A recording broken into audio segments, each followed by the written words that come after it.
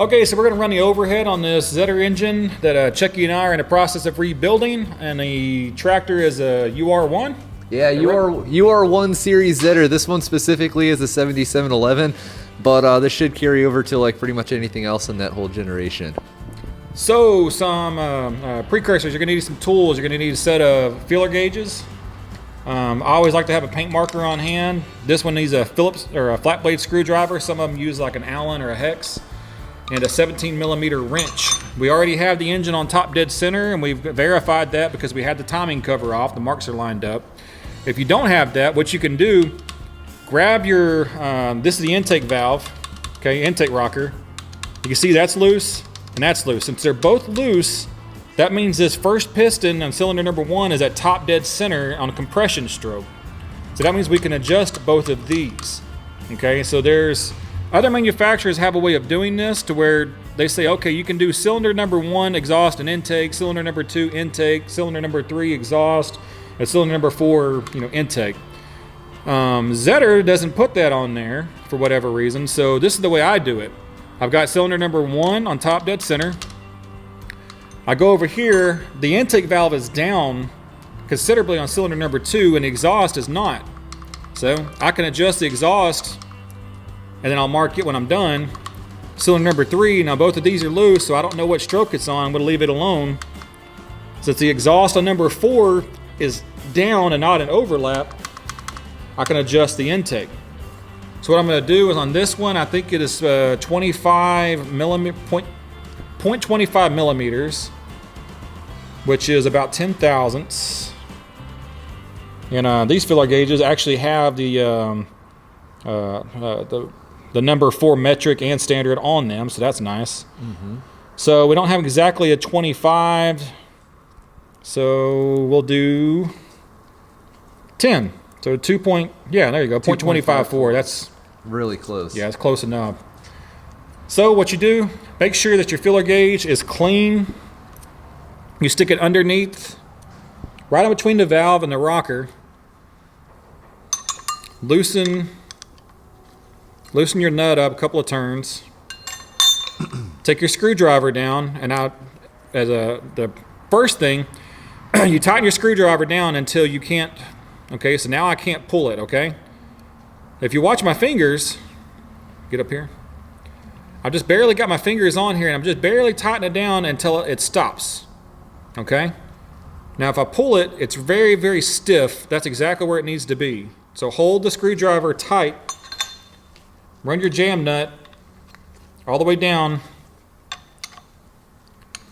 and then hold your screwdriver as tight as you can. I'm twisting the screwdriver counterclockwise, and I'm tightening this nut down clockwise so this adjustment nut does not move. Okay, now I'm done. So instead of going over here and jumping straight to the exhaust, I always mark the one I just did. Okay, the reason I do it this way is because if you leave this jam nut loose, on a 4-cylinder, it's not that big of a deal. On bigger engines, it's a really bad problem. Leave the jam nut loose. This adjuster loosens up. The rocker gets a lot of play in it, and because they call this a scrubbing angle here, because that scrubbing angle changes, it'll actually break the valve. You'll drop a valve in the engine, and you've just ruined your entire engine. So, intake and exhaust on this is both the same. We'll go ahead and loosen up our jam nut here. A couple of turns. We'll back off the adjuster. That one's a little stiff. Stick it in there. I'm going to pull it back and forth until I feel it starting to touch. Okay. That's a little too tight. There. That's about what you want. And it's not going to translate very well on video, but it takes some force to get it in and out, okay? You don't want to tighten it down too tight on it, because when you do that, you start compressing your hydraulic lifter. You don't want it too loose because it's not right. Hold that there, put our wrench, and tighten it down. Okay, so cylinder number 1 is done. We're going to go ahead and mark it. I mark the adjuster, I mark the nuts that I know that I've already tightened the nut, and then I mark the rocker just so I know I've been in that one. So cylinder number 1 is done, okay? Now, something else you can do, kind of verify that it's where it needs to be is you listen. You can hear that clicking. Now I know from doing, hundreds of sets of valves, that's right about 10 thousandths. That sounds normal. Another word of advice, we rebuilt this engine, we put new cylinder head gasket on it, we've changed all kinds of stuff on it, so you need to run your valves and check every single valve. Me personally, when it's a maintenance deal, I don't agree with adjusting the valves every time. If you have an engine that's ran for 10,000 miles and that's the, it says a checker adjust valves at 10,000 miles, I don't automatically loosen it and stick the feeler gauge in it, okay? What I'll do is I'll run my intake, I'll put my hand on it like that, I'll listen for that click, and I'll go over here to another one. Now, I don't know if you can tell the difference. Hear how this one's louder?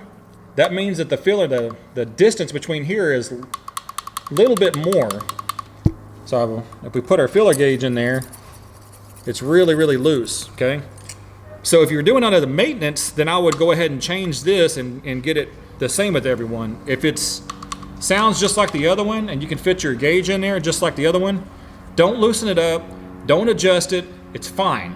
That's why they call it checking the valves. Yeah, checking the valves. I mean, it's just and I've worked for companies where, no, we want you to loosen every single one. You're inviting problems. It doesn't have to be, you need to check it. You don't have to adjust it if it doesn't need to be adjusted. So we've done cylinder 1. It's done. Look over here. Our exhaust valve or intake valve is down on cylinder 2. I know this one is good to go.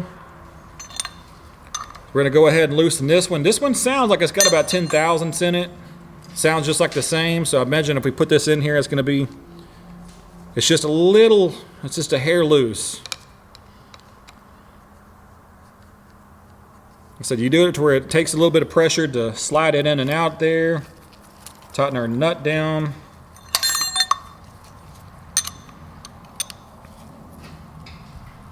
All right, now that one's done. So we take our paint marker. Savage. Yeah. Teeth are good for other things than biting. Okay. So now our exhaust valve on cylinder 2 is done. Cylinder 3, we don't know where we're at, so we're going to leave it alone. Our exhaust valve is down on cylinder 4, which means our intake valve is good, or is ready to be adjusted. You can hear a massive difference in this one. That's probably 20 thousandths. It's because it's loose. We probably loosened it when we took it out. So stick that in there. Yeah, need a third arm. All right, put our feeler gauge in there, slide it in and out. That's perfect. Tighten down our adjusting nut.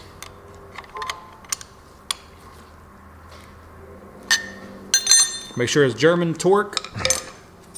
Okay. And that's about right. And then we mark that one.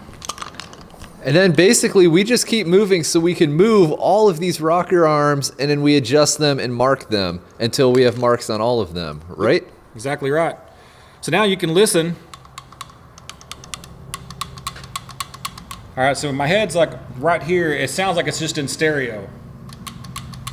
They sound exactly the same. So that's kind of how, like, once I get done with everything, I put my hand on every single rocker and I go back and I check them to see if I hear the same exact sound. Okay. So now we're done with that. We get our ratchet or whatever your engine barring device is. We're going to put it on the crank. You can do this 2 ways. If you actually have marks, this engine doesn't have any marks on it, so you can't tell when you're on top dead center.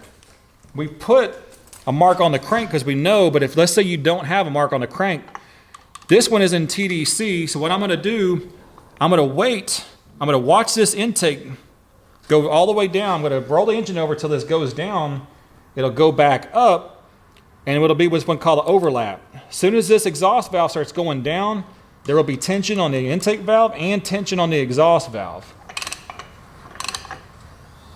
Let's see if I can do it without shaking the engine.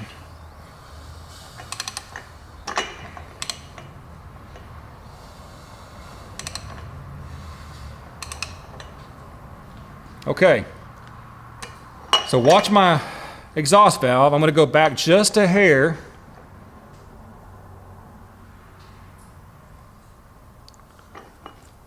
All right. So now I know that we're on overlap for cylinder number 1. So our cylinder number 1 piston is at TDC on the exhaust stroke, 4-stroke motor. So now my cylinder number 4 is going to be loose. So now I can go through and I should be able to adjust. I can adjust that one, I can adjust that one. I can adjust my intake on number 2. Okay, so I'll get those adjusted, and that'll leave my intake for this one, for cylinder number 3. So what I'm doing is they call it a 2-roll method, where you only have to roll the engine over twice. You TDC, then you roll it over 180 degrees, and you can adjust the rest of your cylinders. It works with a 4, 6, and any inline motor. So like if you have a V12, it's basically a 6-cylinder and a 6-cylinder, which each one like an oil filled, you can do that with. On a 6-cylinder, it's the rule of 7, which is it's really easy to do on a 6-cylinder. You do like cylinder number 1. Well, 1 plus what equals 7? So 1 plus 6. So you can adjust cylinder number 1 and you can adjust cylinder number 6 at the same time. I do it this way because you don't have to keep rolling the engine over and over and over again. But that's the way I adjust them. I always adjust them after an engine rebuild. Usually, make sure your feeler gauge is tight. And once you've done every single rocker, you've already marked everything, you know all these adjustment nuts are tight, go back through and tighten, put a wrench on them and make sure they're all tight, because you don't want those adjustment nuts to come loose. If they come loose, you just bought an engine.